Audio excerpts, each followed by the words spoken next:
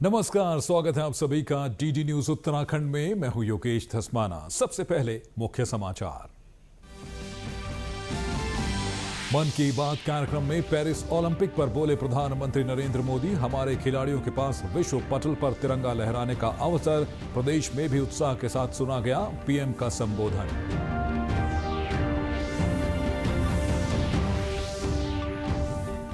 टिहरी जिले के प्रभारी मंत्री प्रेमचंद अग्रवाल ने किया बूढ़ा केदार क्षेत्र के आपदाग्रस्त गांव का दौरा। कहा, प्रभावित गांवों को किया जाएगा विस्थापित।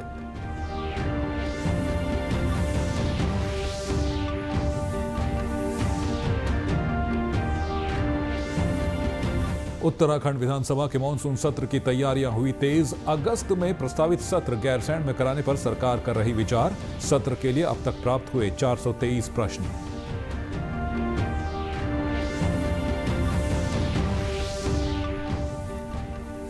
और चमोली जिले के दशोली विकासखंड में आयोजित किया गया बहुउद्देशीय शिविर। जिला विधिक सेवा प्राधिकरण की ओर से आयोजित शिविर में ग्रामीणों के स्वास्थ्य परीक्षण के साथ ही बनाए गए विभिन्न प्रमाण पत्र। और अब समाचार विस्तार से। और सबसे पहले बात प्रधानमंत्री नरेंद्र मोदी के मन की बात की। प्रधानमंत्री नरेंद्र मोदी ने आज सुबह आकाशवाणी से प्रसारित मन की बात कार्यक्रम के 112वें संस्करण में देश की जनता को संबोधित किया। बता दें कि लगातार तीसरी बार प्रधानमंत्री के तौर पर कार्यभार संभालने के बाद यह पीएम मोदी की मन की बात का दूसरा एपिसोड है। मन की बात में प्रधानमंत्री ने सबसे पहले पेरिस ओलंपिक और ओलंपियाड के बारे में बात की है। उन्होंने कहा कि पेरिस ओलंपिक की चर्चा पूरी दुनिया में है। श्री मोदी ने कहा कि हमारे खिलाड़ियों के पास विश्व पटल पर हमारा तिरंगा लहराने का अवसर है। प्रधानमंत्री ने श्रोताओं से ओलंपिक खिलाड़ियों का उत्साह बढ़ाने का आग्रह किया। इस समय पूरी दुनिया में पेरिस ओलंपिक्स छाया हुआ है। ओलंपिक्स हमारे खिलाड़ियों को विश्व पटल पर तिरंगा लहराने का मौका देता है, देश के लिए कुछ कर गुजरने का मौका देता है। आप भी अपने खिलाड़ियों का उत्साह बढ़ाइए। Cheer for Bharat. और वहीं कृषि एवं सैनिक कल्याण मंत्री गणेश जोशी ने आज मसूरी विधानसभा क्षेत्र के बूथ संख्या 72 में प्रधानमंत्री नरेंद्र मोदी के मन की बात कार्यक्रम के 112वें संस्करण को पार्टी कार्यकर्ताओं और स्थानीय लोगों के साथ सुना। इस मौके पर श्री जोशी ने कहा कि प्रधानमंत्री ने मन की बात कार्यक्रम में Paris Olympic, maths olympiad, tiger day, वनों के संरक्षण और स्वतंत्रता दिवस पर बात की। उन्होंने कहा कि प्रधानमंत्री मोदी के मासिक रेडियो कार्यक्रम मन की बात में लोगों को अनेक प्रकार की नई जानकारी और प्रेरणा मिलती है। देखिए, आज मन की बात का 112वां एपिसोड था और मैंने पहले भी कहा कि मन की बात हर व्यक्ति को सुननी चाहिए। जैसे आज मानस हेल्पलाइन का जिक्र माननीय प्रधानमंत्री जी ने किया। ड्रग्स जो आज हमारी युवा पीढ़ी के लिए अभिशाप बन गई है, उस हेल्पलाइन के माध्यम से हम मदद ले सकते हैं। वहीं उन्होंने असम के चरीगोल मैदान का जिक्र किया, जिसकी हमें जानकारी नहीं थी। इसी प्रकार जब पिछली बार उन्होंने आज जिक्र किया कि पिछले एपिसोड में एक पेड़ अपनी माँ के नाम, उसका इतना प्रभाव पड़ा कि आज करोड़ों वृक्ष देश में मन की बात की उस अपील के बाद लोग लगा रहे हैं। और प्रधानमंत्री नरेंद्र मोदी के मन की बात का 111वां एपिसोड नैनीताल के भीमताल स्थित एक स्कूल में भी लाइव सुना गया। यहां कार्यक्रम का दूरदर्शन की ओर से सीधा प्रसारण किया गया। लगभग आधे घंटे तक चली मन की बात में प्रधानमंत्री ने समाज के हर पहलू को छूने का प्रयास किया। उनके संबोधन को सुनने के लिए स्कूल में स्थानीय जनप्रतिनिधियों के साथ ही स्कूली बच्चे भी मौजूद रहे। मन की बात कार्यक्रम के स्थानीय संयोजक और भाजपा प्रदेश महामंत्री राजेंद्र बिष्ट ने बताया कि मन की बात के एपिसोड सुनने में उत्तराखंड देश के टॉप 10 राज्यों में शामिल रहता है। मैं बहुत लंबे समय से मन की बात कार्यक्रम को देख रहा हूं प्रदेश संयोजक के नाते, और उत्तराखंड प्रदेशवासियों का और विशेषकर यहाँ की जनता का मैं आभार व्यक्त करता हूं कि ये छोटा उत्तराखंड राज्य एक छोटा राज्य है जहाँ पर संसाधन भी कम हैं और इंटरनेट की कनेक्टिविटी भी कम है। उसके बाद भी हम पूरे देश के अंदर 37 राज्यों पर लगभग टॉप 10 या टॉप 5 पर रहे हैं। पिछले बार का जो एपिसोड 111वां एपिसोड हुआ था उस पर भी हमारा स्थान 8वां था पूरे देश पे, और दूसरे, तीसरे, चौथे स्थान पर इस एपिसोड पर उत्तराखंड जैसा राज्य है, ये हम सब के लिए सौभाग्य का विषय है। दूसरी ओर स्थानीय विधायक राम सिंह केड़ा व नैनीताल के भाजपा जिला अध्यक्ष प्रताप बिश्ट ने प्रधानमंत्री मोदी के मन की बात के 112वें एपिसोड को प्रेरणादायक बताया। यहाँ पर ये 112वां एपिसोड कार्यक्रम यहाँ पर हुआ था, और निश्चित रूप से जो मोदी जी ने जो नशे पर छात्रों को मार्गदर्शन देने का काम किया कि नशे से दूर रहे और नशे के प्रति जागरूक रहने की बात की, उससे हमारे यहाँ के बच्चों को बहुत बड़ी प्रेरणा मिली है और बच्चों में एक अच्छा संचार गया है। मन की बात लगातार जो भी हमारे देश के यशस्वी प्रधानमंत्री जी के जितने एपिसोड होते हुए आए हैं, लगातार उनमें हम लोग उपस्थित रहे हैं, और इसके द्वारा एक प्रेरणा का जन्म होता है। प्रधानमंत्री जी के शब्द होते हैं जनमानस में एक प्रेरणा के रूप में आते हैं, और उनके द्वारा कही गई प्रत्येक बात वास्तव में सार्थक सिद्ध होती है।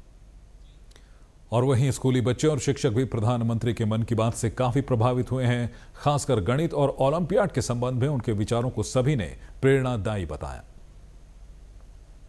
सबसे अच्छा लगा कि वो मैथ्स में फोकस किए, और जैसे कि हमारा फ्यूचर है, हम इंजीनियर्स बनेंगे कल का वक्त, इंडिया को और एक्सप्लोर करेंगे, हर कंट्रीज़ में जाके वहाँ का नॉलेज लाएंगे और यहाँ पर पढ़ेंगे और यहाँ को और इंडिया को आगे बढ़ाएंगे। और मोदी जी इस चीज़ पे ध्यान दे रहे कि हम जैसे बच्चे मैथ्स में डरते जहाँ फार्मूला से और सॉल्व करने से, स्पेशली लड़कियाँ, तो हम जैसे भी इन लोगों को देख के, हमारे सीनियर्स को देख के मोटिवेट हुए और कॉन्फिडेंस हमारा हाई हुआ। ये चीज़ बहुत अच्छा लगा। माननीय प्रधानमंत्री जी का जो विज़न है वो बहुत ही व्यापक है, विराट है।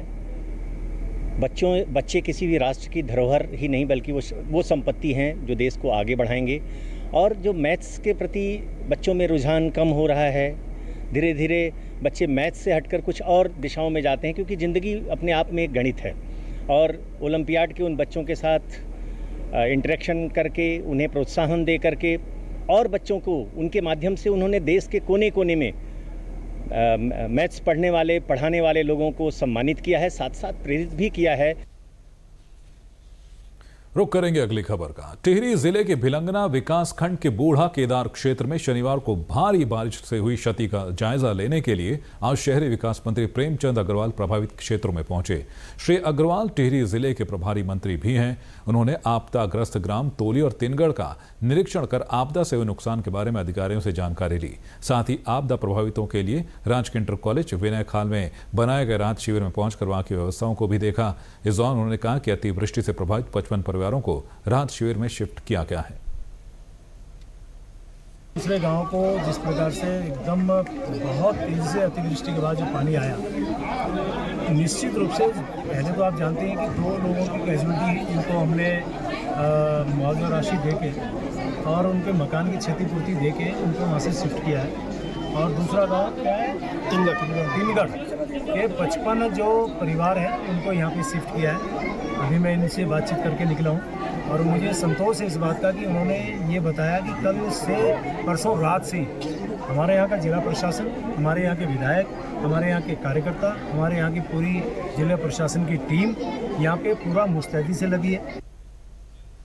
और टिहरी जिले के प्रभारी मंत्री प्रेमचंद अग्रवाल ने बूढ़ा केदार क्षेत्र में भारी बारिश और भूस्खलन से हुए नुकसान के संबंध में अधिकारियों को तेजी से राहत कार्य संचालित करने के निर्देश दिए हैं। उन्होंने कहा कि आपदा प्रभावित गांवों के विस्थापन की भी योजना बनाई जा रही है।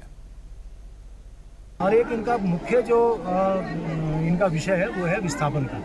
हमने एक सर्वेक्षण भी करा लिया है और जमीन ढूंढने का जो है प्रयास हम जारी रखे हैं। जिस भी स्थिति में यदि ज़मीन हमें जिस प्रकार की हमें चाहिए उपलब्ध हो जाती है तो निश्चित रूप से माननीय मुख्यमंत्री से मेरी चर्चा हुई है। लगातार मैं उनके टच में हूँ। यहाँ का जिला प्रभारी होने के नाते मेरी मुख्यमंत्री से कल से लेकर आज तक लगभग 5 या 6 बार बात हुई है, क्योंकि वो बैठक में तो उस समय बात नहीं कर सकता। जब मैं कहीं इधर आया हूँ तो बात यहाँ पे कभी और नेटवर्क की कमी है, तो कुल मिला के उनसे भी संवाद मेरा हो रहा है, बातचीत हो रही है। उनकी भी इच्छा है कि यहाँ के लोगों को किसी भी प्रकार की तकलीफ नहीं होनी चाहिए। विस्थापन के लिए भी हमें जो भी स्थिति बनेगी हम करेंगे। और यहाँ वक्त हो चला एक छोटे से ब्रेक का। ब्रेक के बाद फौरन हाजिर होते हैं। आप बने रहिए डीडी न्यूज उत्तराखंड के साथ।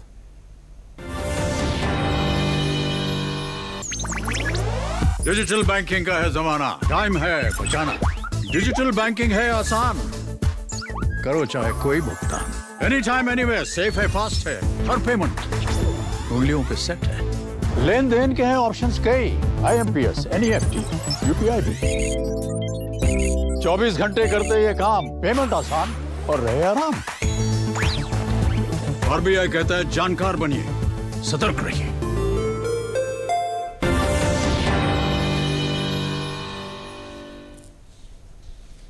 ब्रेक के बाद आपका एक बार फिर से स्वागत है। आप देख रहे हैं DD न्यूज उत्तराखंड।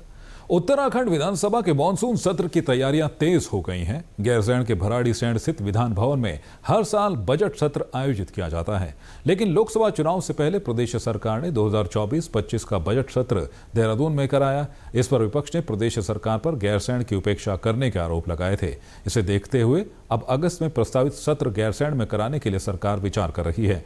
विधानसभा अध्यक्ष ऋतु खंडूड़ी का कहना है कि सत्र कहां करना है, इस पर सरकार को निर्णय लेना है। सत्र के लिए तैयारी गैरसैंण और देहरादून दोनों ही जगह चल रही है। सत्र के लिए अब तक 423 से अधिक प्रश्न आ चुके हैं। देखिए, विधानसभा का जो सचिवालय है वो पूरी तरह से तैयार है। जहाँ भी सत्र हो, गैरसैंण में अगर सत्र होगा तो हम पूरी तरह से वहाँ के लिए तैयार हैं, और देहरादून होगा, हम यहाँ भी तैयार हैं। सरकार ने निर्णय लेना है, तिथि लेनी है, बताना है उन्होंने, और हम पूरी तरह से तैयार हैं। और विधानसभा अध्यक्ष ऋतु खंडूड़ी भूषण ने कहा है कि केंद्र सरकार ने विधानसभा के लिए बजट जारी किया था, जिसमें राज्य सरकार ने भी मदद की है। इससे पहले चरण में देहरादून स्थित विधान भवन को विधानसभा के हिसाब से तैयार किया जा रहा है। उन्होंने बताया कि यह काम 31 जुलाई तक पूरा हो जाएगा। गैरसैंण में भी विधानसभा का काम कराया जाएगा। विधानसभा हम ज़रूर कर रहे हैं। इस वक्त हम इंफ्रास्ट्रक्चर देंगे, लेकिन विधानसभा को पूरी तरह से शुरू करने के लिए अभी हमें पहले अफसरों को ट्रेनिंग देनी है, साथ ही साथ विधायकों को ट्रेनिंग देनी है, तो उसमें अभी समय लगेगा। लेकिन जो कार्य शुरू हो गया है, दोनों जगह हमारी नेवा होगी, चाहे वो विधान होगा, चाहे वो देहरादून में हो, चाहे गैरसैंण में हो। रुक करते हैं अगली खबर का। जिला विधिक सेवा प्राधिकरण चमोली की ओर से दशोली विकास खंड के साबरीसैंण सैकोट इंटर कॉलेज में बहुउद्देशीय शिविर आयोजित किया गया। शिविर में 200 से अधिक लोगों का निःशुल्क स्वास्थ्य परीक्षण कर उन्हें दवाइयां वितरित की गई। इस अवसर पर विभिन्न विभागों ने प्रदर्शनी आयोजित कर लोगों को विकास योजनाओं की जानकारी दी। विभिन्न न्यायिक अधिकारियों और अधिवक्ताओं ने ग्रामीणों को उनके अधिकार, कर्तव्य व अन्य विधिक जानकारियां उपलब्ध कराई। दिव्यांग बच्चों की जांच करने के साथ ही उन्हें विकलांगता प्रमाण पत्र भी जारी किए गए। समाज कल्याण विभाग ने व्हील चेयर व अन्य उपकरण उपलब्ध कराए। आय, जाति समेत अन्य प्रमाण पत्र भी बनाए गए।